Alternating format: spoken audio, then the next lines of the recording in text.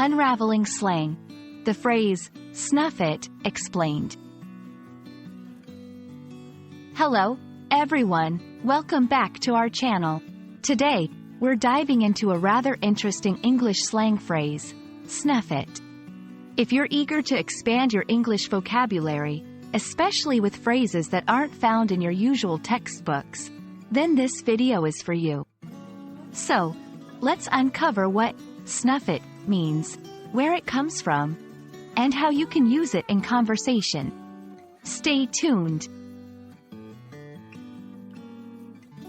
Snuff it is a slang expression in English, and it's one that you might not encounter in everyday conversation.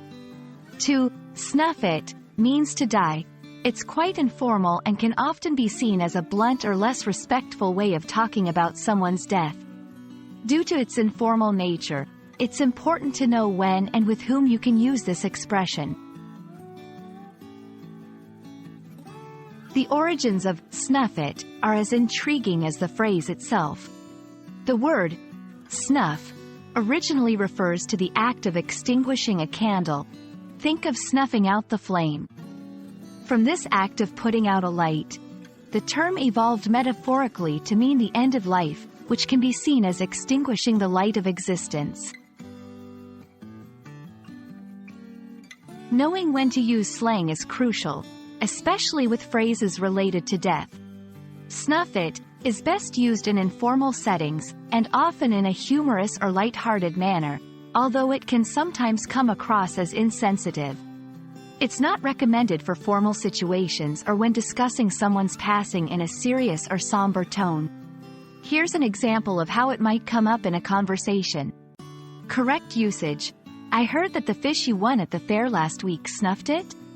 Incorrect usage: at a funeral, saying, "I'm sorry your uncle snuffed it," would be considered inappropriate. And there you have it. Snuff it is a phrase you might not need every day, but it's part of the colorful tapestry of English slang. Remember, with great slang comes great responsibility, so use it wisely and consider the situation and the company you're in. We hope this video has shed some light on this quirky expression. If you found this helpful, give us a thumbs up, and don't forget to subscribe for more language learning content.